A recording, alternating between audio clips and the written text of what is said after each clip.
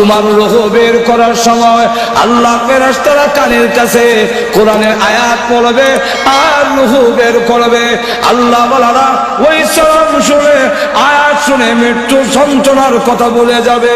আল্লাহর নবী বলেন, ও আবু বকর, এই আয়াত পড়বে তোমার কানের কাছে, ইয়া আইয়াতুহান নাফসুল মুতমাইন্নাহ ইরজিই ইলা রাব্বিকি রাদিয়াতান মারদিয়া ফাদখুলি ফি ইবাদি ওয়াদখুলি জান্নাতি।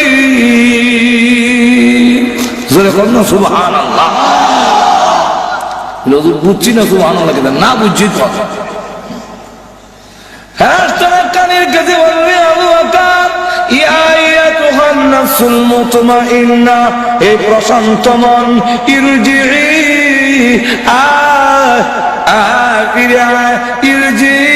ফিরে আসো। কোথায় ফিরে যাব? ইলা রাব্বিকি, তোমার রবের দিকে চলে আসো। কোন অবস্থায়? রাদিয়াতান মারদিয়া, তুমি আল্লাহর প্রতি রাজি, আল্লাহ তোমার প্রতি রাজি। আয়ো ফিরে আসো। ফাদখুলি ফি ইবাদি ওয়াদখুলি জান্নাতি, আল্লাহর প্রিয় বান্দাদের অন্তর্ভুক্ত হও আর আল্লাহর তৈরি জান্নাতের ভিতরে ঢুকে যাও। যদি সত্যিকারের মুমিন হওয়া যায়। আর না, এমন নয় চাপ দিয়ে ধরবে, হাতগুলো যখন ভাঙবে চুরমার হয়ে যাবে, চিৎকার হয়ে থাকবে, তোমরা খেলা করো, আমাকে একটু সাহায্য করো।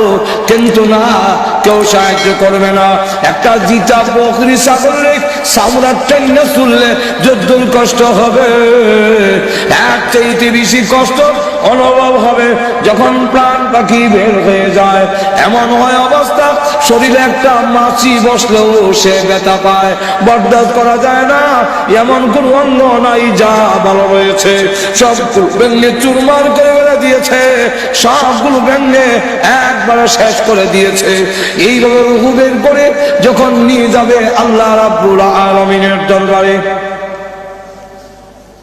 আর দেবতারে গোসল গোসল দেয়, আস্তে দেয়া বড় দুঃখ, আস্তে দেওয়া। ওই অবস্থা যদি দেখে বলে, তোমরা কারা গো, দাও আমাকে তাড়াতাড়ি কবরে নাও, কবরে নিয়ে যাও, কবর আমার জন্য বড় আরামের ঘর, তাড়াতাড়ি নিয়ে যাও। আর যদি গুনাহগার হয় ডেকে বলে, আমার নিও না, বিদায় দিও না।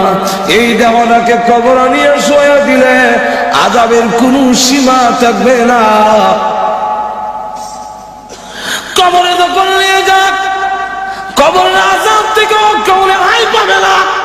আল্লাহর নবী বিশ্বনবী রাহমাতুল লিল আলামিন বলেন, কবরের আযাব থেকে যদি রেহাই পেত আমার সাদ ইবনে আবিউদ, আমার সাদ ইবনে মুআয রাদিয়াল্লাহু আনহু রেহাই পেত।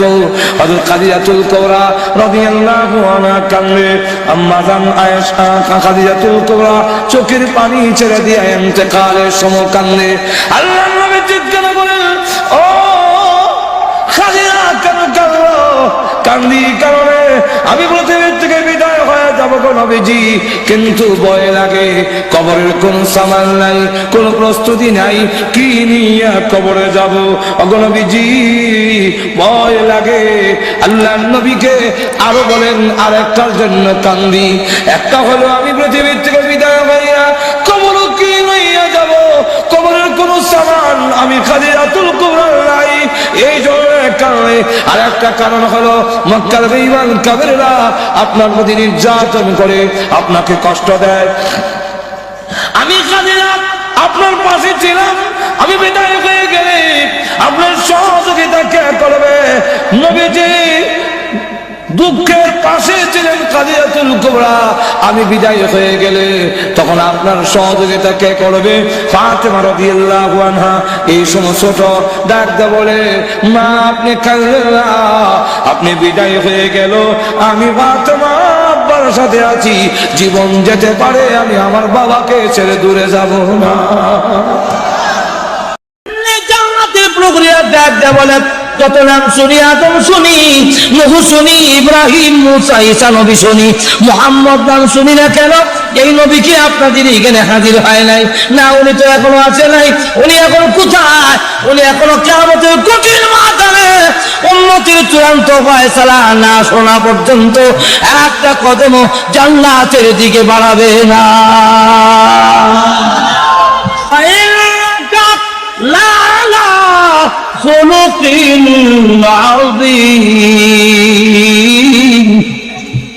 আল্লাহ রাব্বুল আলামিন বলেন, রাসূলের যে মহান চরিত্র, তাফসীর ইবনে কাসিরের মধ্যে উল্লেখ করেছে, চরিত্র সুন্দর বলতে শুধু চরিত্র না, রাসূল মাথা থেকে পা পর্যন্ত এমন কোন জিনিস ছিল না যে আল্লাহর নবীর দূর ধরার মতো আছে।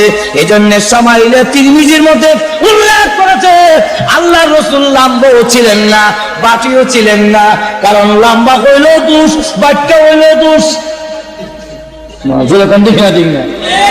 কিন্তু খলিফাতুল মুসলিমিন ওমর ছিলেন সাহাবীদের মধ্যে সবচেয়ে লম্বা।